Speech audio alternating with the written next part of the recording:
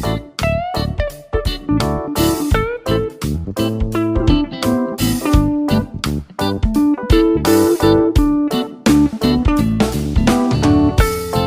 Students, कैसे आप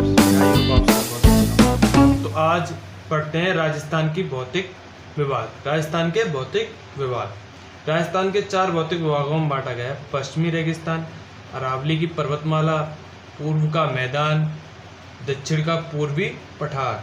पठार मतलब पहाड़। पश्चिमी रेगिस्तान, पश्चिमी रेगिस्तान को कहा गया है राष्ट्रीय कृषि आयोग ने अरावली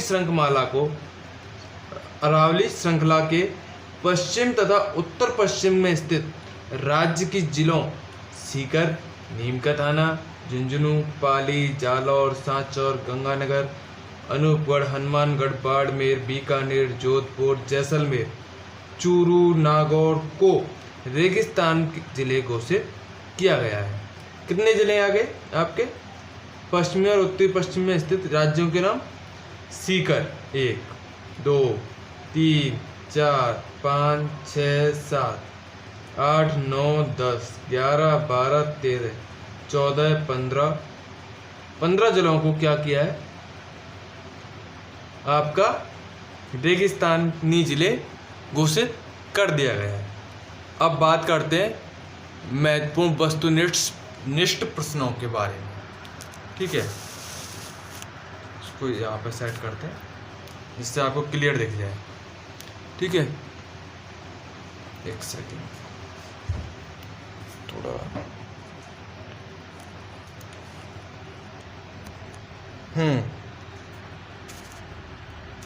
अब दिख रहा है आपको? हाँ। महत्वपूर्ण वस्तुनिष्ठ प्रश्न। ठीक है, इनकी बात कर लें तो राज्य के रेगिस्तान का कौल भाग 61.11% हमारे यहाँ जो राजस्थान के अंदर क्या है? रेगिस्तान है। कितना है? 61.11% आपका रेगिस्तान है। बाकी जो भूभाग है उसमें क्या है? आपको मैंने पढ़ाया भी था पहले। उसमें क्या है? आपका स्थलीय है और दूसरा आपका जो रहने की व्यवस्था है वो है, और पानी भी उसी के अंदर है। रेगिस्तान के प्रसार को कहा जाता है मार्च। रेगिस्तान जो बढ़ता है, अब एक ज़िले में आ गया, फिर एक ज़िले से दूसरे ज़िले में जा रहा है, रेगिस्तान बढ़ रहा है, तो उसको क्या कहेंगे? हम मार्च कहेंगे। ठीक है, क्लियर? अब पढ़ते हैं पश्चिम रेगिस्तान की। जो पश्चिम में रेगिस्तान की शेखावाटी क्षेत्र में वर्षा जल के संचय के लिए छोटी बावड़ियाँ जैसे कुएं बनाए जाते हैं, जिन्हें क्या कहा जाता है? जोहड़। जो पानी होता है उसको सिंचित करने के लिए छोटी या बावड़ी बनाई जाएगी या फिर उसको कुएं बनाए जाएंगे, जिससे पानी उसमें इकट्ठा हो जाए और पानी की समस्या हमें आगे ना झेलनी पड़े। उनको क्या कहते हैं? जोहड़ कहा जाता है। पश्चिमी रेगिस्तान में पिवड़ा नामक सांप पाया जाता है। पश्चिमी रेगिस्तान में एक पिवड़ा नाम का एक सांप पाया जाता है। वो पश्चिमी रेगिस्तान में पाया जाएगा क्योंकि वो पीले रंग का होता है सांप। ठीक है, अब बात कर ले उत्तर पश्चिम मध्यस्थलीय प्रदेश का पश्चिम भाग कहलाता है। उत्तर पश्चिम में है राजस्थान के में, वो मरुस्थलीय भाग क्या कहलाता है? थार का मरुस्थल। आप जानते हो ना थार का मरुस्थल क्या है? उसी को थार का क्या कहते हैं? मरुस्थल कहा जाता है। उत्तर पश्चिमी मरुस्थलीय प्रदेश को, राजस्थान के पश्चिम भाग को। सर्वाधिक गतिशील अर्धचंद्राकार बालू का स्तूप किसे कहा जाता है? जो सबसे ज़्यादा गतिशील होता है, मतलब एक स्थान से दूसरे स्थान तक पहुंच जाता है, उस बालू के स्तूप को क्या कहा जाता है? बरखान कहा जाता है। कैसे? कि यहाँ पर एक बालू का स्तूप है।